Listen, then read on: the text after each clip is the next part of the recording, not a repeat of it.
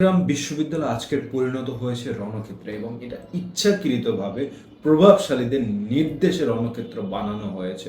ছাত্রদের অভিযোগ এবং একজন শিক্ষার্থীকে কেন্দ্র করে এই রণক্ষেত্রটা পরিণত হয়েছে।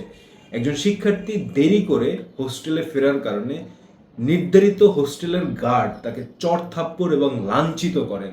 তার কারণে প্রতিবাদ জানালে ছাত্ররা প্রথম দফায় সংঘর্ষ হয় এবং সেটাকে মীমাংসা করার পরে আজকের দুপুরে 12টার পরে রণক্ষেত্রে পরিণত করে।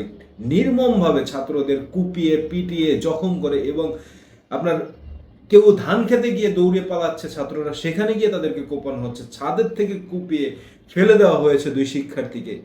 এটা ছাত্রদের কথা মতে কোনো উচ্চ পর্যায়ের নেতা বা নেতৃত্ব ছাড়া এরকম সহিংসতায় স্থানীয়রা কখনোই লিপ্ত হয় না। এর আগেও রণক্ষেত্রে পরিণত হয়েছিল চট্টগ্রাম বিশ্ববিদ্যালয়, কিন্তু কখনো এইরকম নির্মমতা দেখেনি।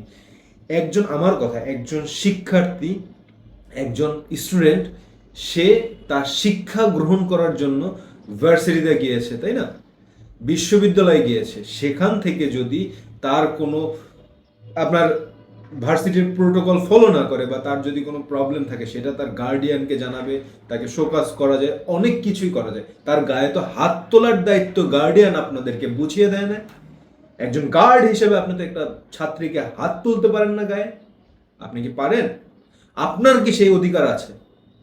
নাই। এটা স্কুলের পিচ্চি বাচ্চাদের পর্যন্ত আজকের মারার কোনো আপনার নির্দেশনা নাই এবং হাইকোর্ট থেকে নির্দেশনা দিয়েছে বাচ্চাদের জন্য কখনো না মারা হয়।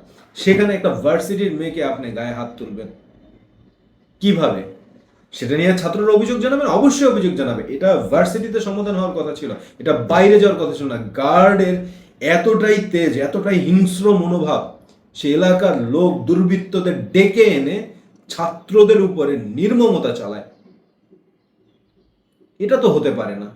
এর ব্যাপারেও ব্যবস্থা নেওয়া উচিত। আর আমাদের পুলিশ আর্মি কোনো একটা জায়গায় মিছিল হলে সেখানে মিছিল হওয়ার আগের থেকে 3-4 বার টহল দিতে পারে। আর এক জায়গায় একটা সংঘর্ষ হয়েছে অলরেডি, সেটা থামানো হয়েছে, সেখানে নিরাপত্তা দেওয়া প্রয়োজন মনে করে না? দুপুর 12টার থেকে সংঘর্ষ হয়। এখন বিকালের, আমি যখন ভিডিওটা শ্যুট করছি তখন বিকালের অলমোস্ট 4টা বাজে। তখন গিয়ে 144 ধারা জারি করা হয়। আর এই 144 ধারা জারিটা যদি দুপুরে 12টার থেকে শুরু হয়েছে, 12:30টার মধ্যে জারি করা হতো, 12:30টার মধ্যে সেখানে প্রশাসন চলে যেত, 12:30টার মধ্যে ছাত্রদের নিরাপত্তা নিশ্চিতের জন্য সর্বোচ্চ ব্যবস্থা নেওয়া হতো, তাহলে শতাধিক শিক্ষার্থী কি আহত হতো? তাহলে এরকম নির্মমভাবে কোপানোর শিকার হতো?